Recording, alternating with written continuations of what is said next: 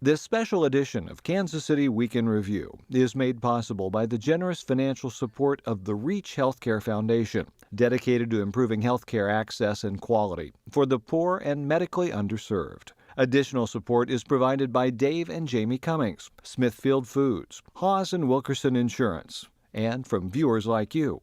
Thank you. You often hear political leaders complain that the American family is under attack. It's time to really hit the alarm bell about what's happening to the family in the United States. Boys and girls raised at home by mom and dad perform better in school, have less addiction, experience lower rates of teen pregnancy, and see less trouble with the law. Over the last several decades, a culture that supported strong marriages as the foundation for vibrant family life has suffered a catastrophic breakdown. For the first time in American history, most children are not living in a home with two married heterosexual parents in their first marriage. The normalization of illegitimacy has been a catastrophe for society, and we're going to suffer the consequences. This week we push aside our regular reporter roundtable to head out on the road to examine the changing face of the family. They say a woman's place is in the home, and I suppose as long as she's in the home, she might as well be in the kitchen.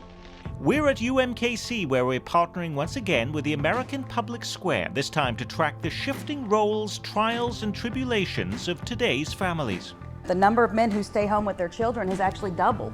There are over 100,000 individuals in Kansas City who are being raised by their grandparents. It's a hot issue. In Kansas, gay couples complain they're blocked from becoming foster parents. In Missouri, lawmakers are pushing for a November ballot measure to protect businesses who refuse to serve same-sex couples on religious grounds. And it's playing out in the race to choose our nation's top leader.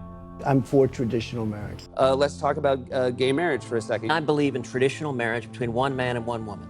Make no mistake, our definition of the family is changing. But what is the impact? We visit with the Director of Family Studies at UMKC, a social worker, a policy analyst on family issues from the Center for American Progress in D.C., a family law attorney, and former state legislator, now city councilwoman Jolie Justice, who's been picked by American Public Square to moderate the panel. Deborah, let's start with you. We're talking tonight, obviously, about American families, and we hear all the time about the typical American family and how it's changed over the last 50 to 75 years. Can you give us a snapshot of what the American family has looked like over that time period? The idea of the mythic good old days, that was the 1950s. This idea of, two kids, two parents in their suburban house really comes from the 1950s. And that works for middle-class white Americans. That's not necessarily what was going on with African Americans. African American women were always in the labor market at much higher levels. 50% of kids in the United States at some point in time will live in a single family home by the time they're 18, right? This is not unusual. But what is not typical are single earner, homemaker, breadwinner families today. Less than 10% of families are that. If people are married, they're both working. The other interesting thing about the 50s as being the golden era is that that was the time in the United States when we had the lowest age of marriage. It was 20 for women and 22 for men. We're at one of the highest. We're at the highest age now. It's 26 for women and 28 for men. But in the 1800s, it was 24 for women and 26 for men. And we like to think that that's the way it always was. No, it's the way it never was, except for that little point in time.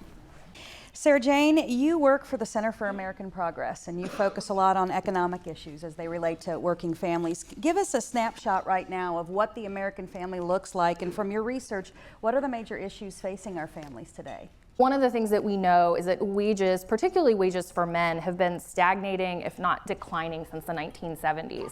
So the only families that have seen real inflation-adjusted income growth since the late 70s are married couples where women have entered the workforce. So there's no longer somebody who's staying at home who can provide care. But work has also changed for women. So while women have always worked for pay, the types of jobs that are available to women look very different now. So starting starting in the 80s, you saw a rapid increase in women's earning advanced degrees, and women are outpacing men in terms of educational attainment. So it's not just that we've got more women who are working outside the home, but they're working in different types of jobs, and women are much more likely to have careers now than they were previously. So this has changed dynamics within the home, but unfortunately, we also know that our workplace policies haven't changed to reflect that shift. And we're also, the only advanced economy in the world that doesn't have guaranteed paid maternity leave. I'm all for American exceptionalism, but this is not exactly where we want to be number one. So it's really interesting to chart how our families have shifted and how our economy has shifted, but we're still working under the same types of workplace cultures and the same legal framework and policy framework as we had in the 1950s, when our work lives and our families looked very different. Jill, you've been a lawyer representing children and families for over 2 decades now. What are some of the trends you're seeing? What are some of the changes you've seen over that time? Well, I think one of the things is, I think all families have the same issues today as they always have. Our perceived norms of what a family is, the man and wife and the 2 children, that may be a perceived norm, obviously statistically, but it's not what families have always been. We've had same-sex couples always. We've always had family members taking care of other family members, adoption, all those things have occurred.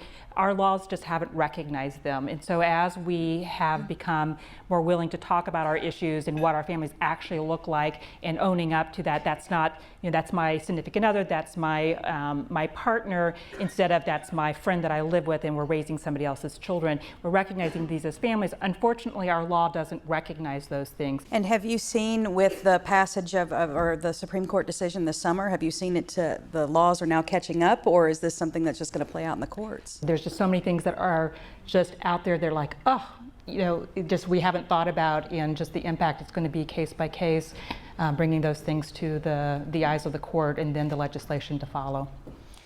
Aisle, you have a very unique perspective, having also the social work background, but now also, of course, students who are social work students. And so you're seeing things through your eyes as well as the eyes of your students. I'm curious, in that role, what are some of the biggest issues that are facing families today?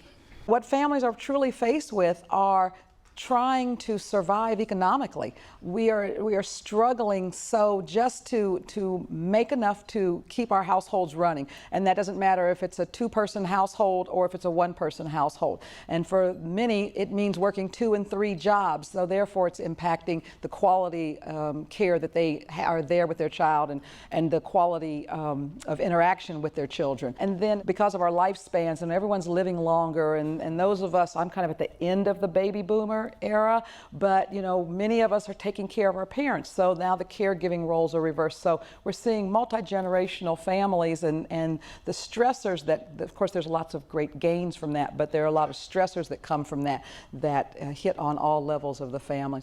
I think many of us here on this panel have seen a lot of the struggles that you've just laid out, and a lot of our clients and the folks that we interact with. What are families doing to respond to this? Well, they're going into debt, and I was just reading an article about the Operation Breakthrough and how they have 400 families and hundreds are on the waiting list, and the median income for those families is $13,000 a year, right? $13,000 a year. And I also looked on the Census Bureau before it came, and about like 16% of families in Kansas City make less than $20,000. So people are making decisions about, do we eat or do we keep the lights on? It's pretty serious.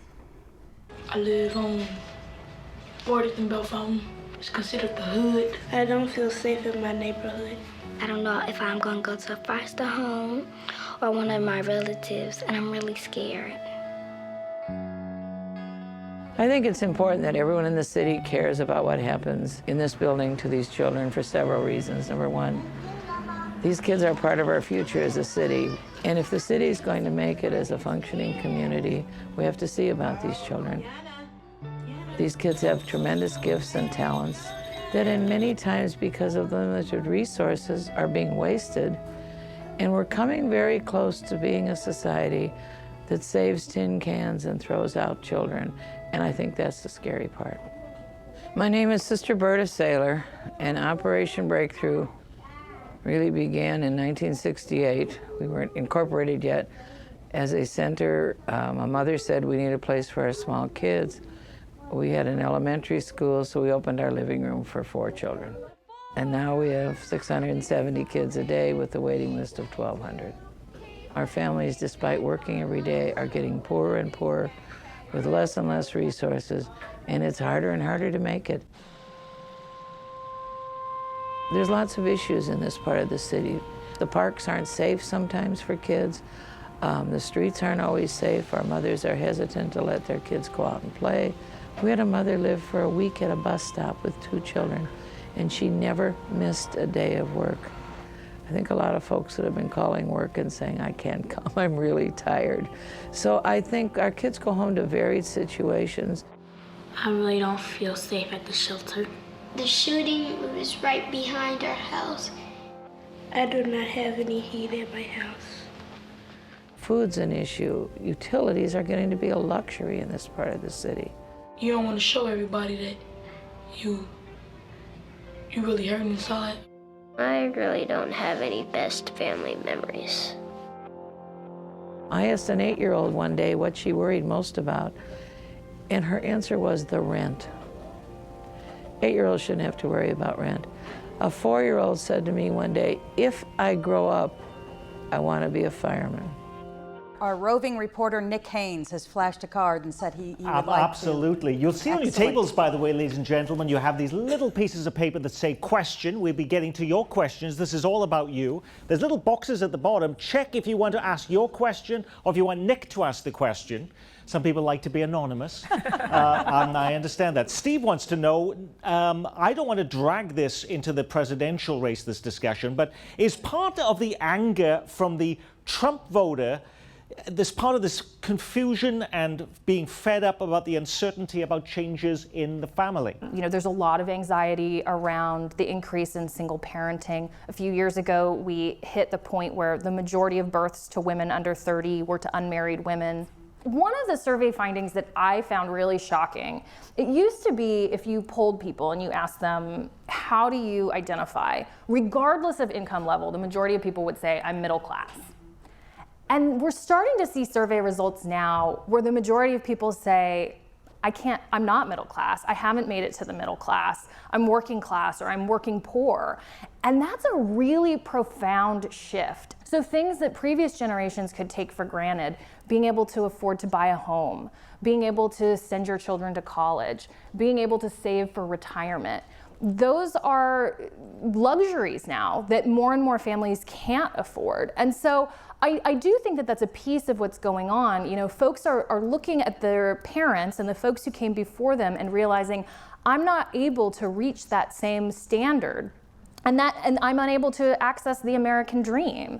It's interesting to watch the presidential debates. Everything is couched in terms of the middle class and growing the middle class.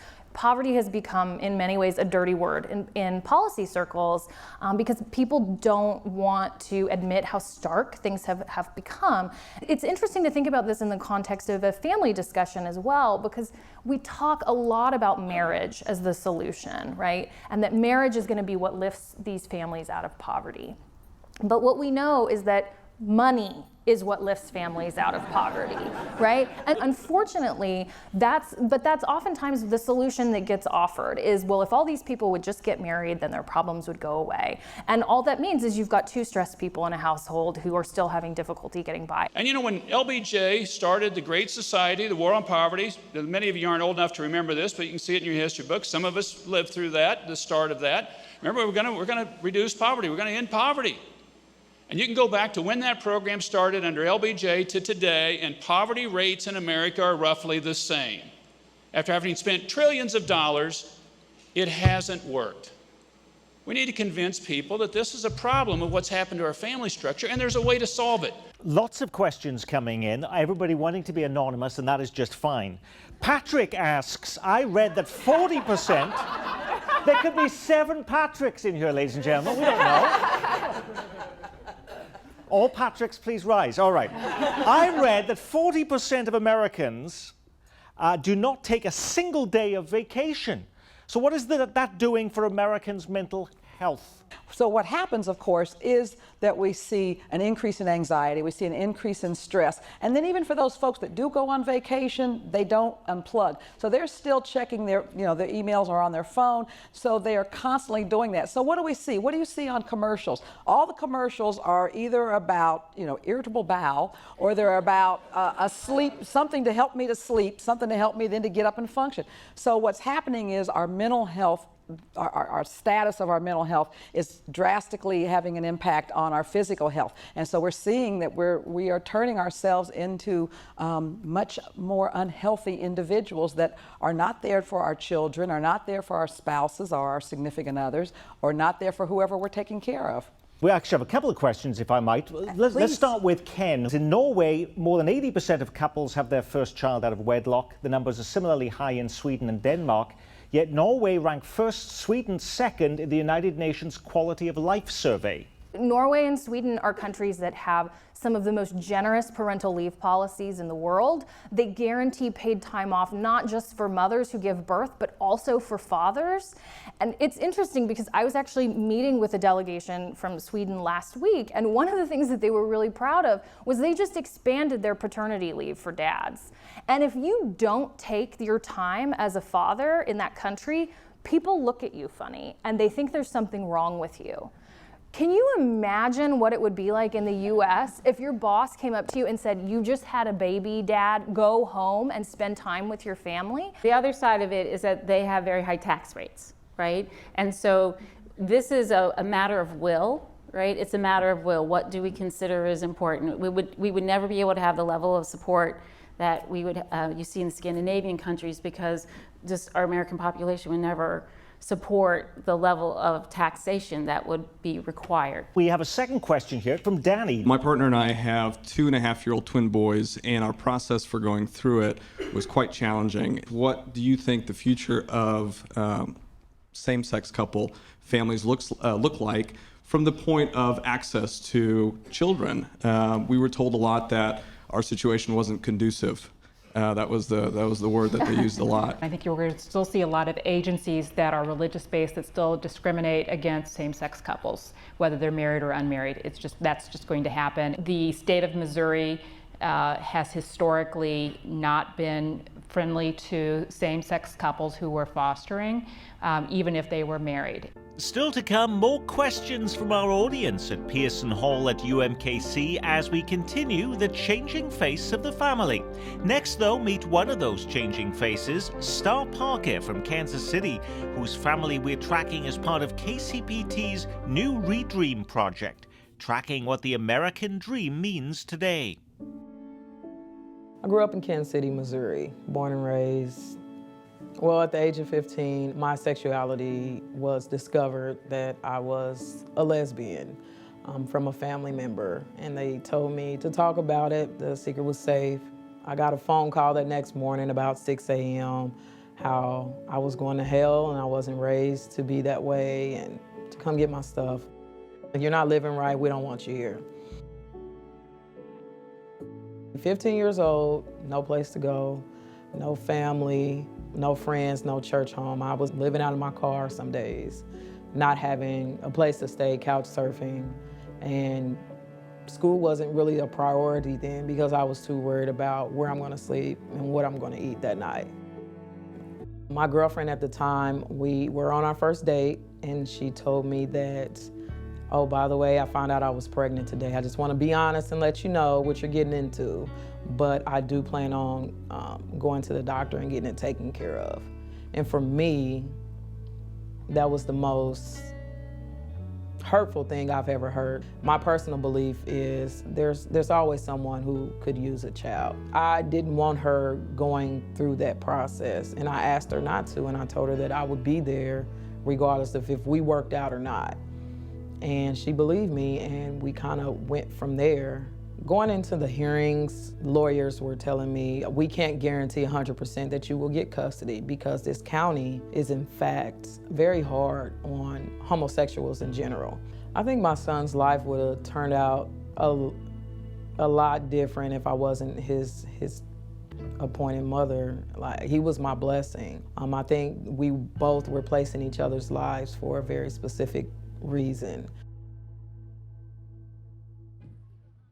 Brenda wants to know from you, Jolie Justice, this time, because you've worked more than a decade in state government, now in city government. Could you talk about the political difficulties in fixing families? Is there any middle ground with fixing these issues?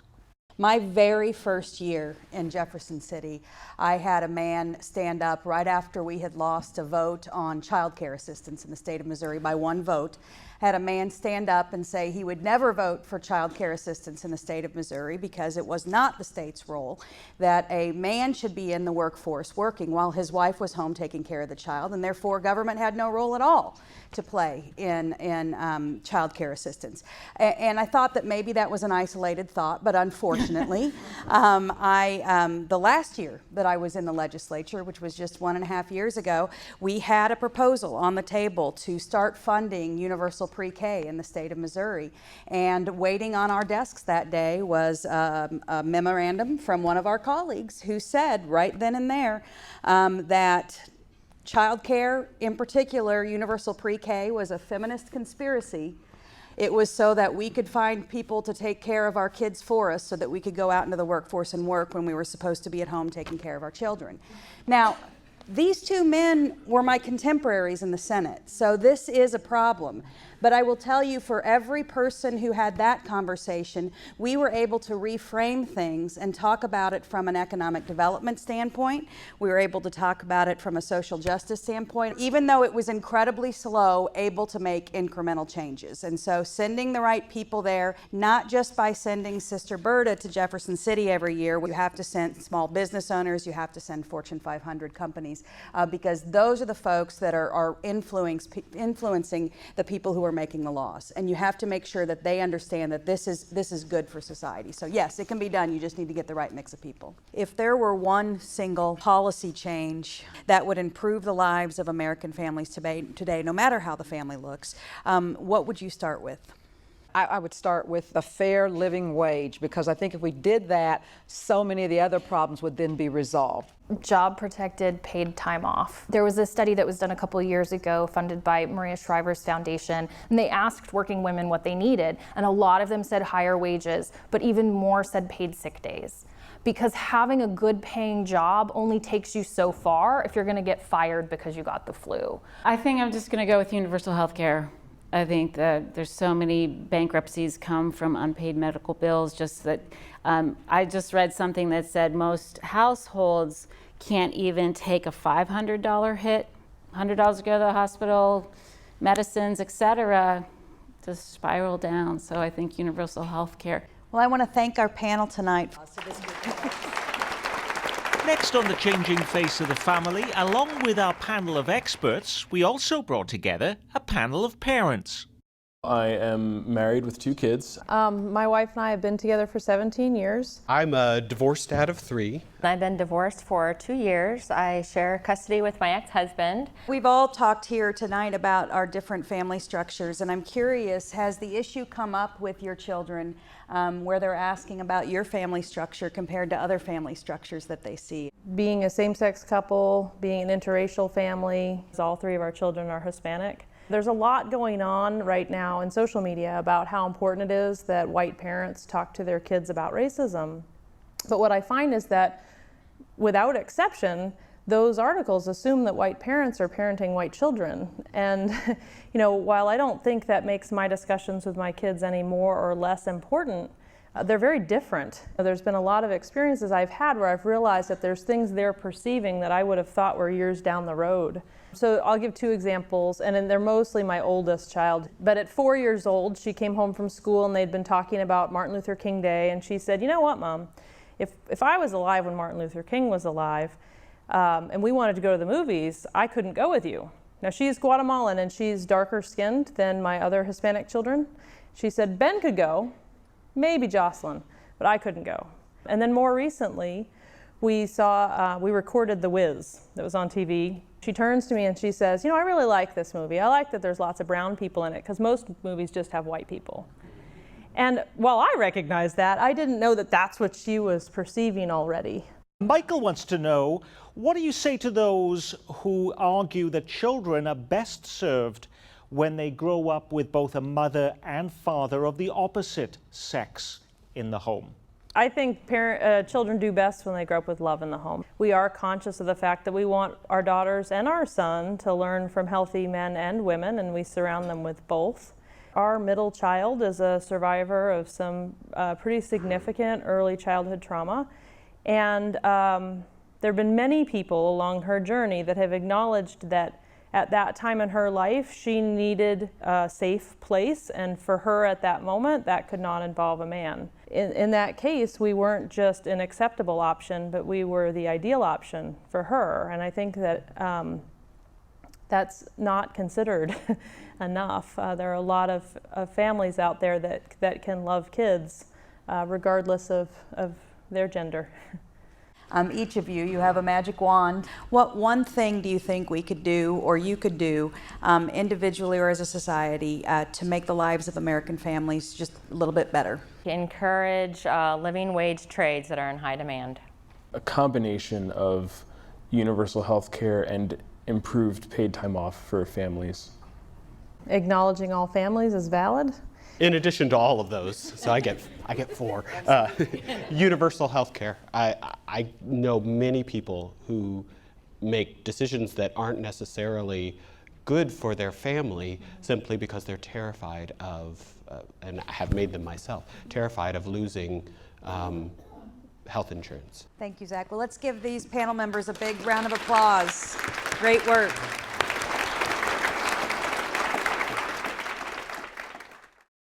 This special edition of Kansas City Week in Review is made possible by the generous financial support of the Reach Healthcare Foundation, dedicated to improving healthcare access and quality for the poor and medically underserved.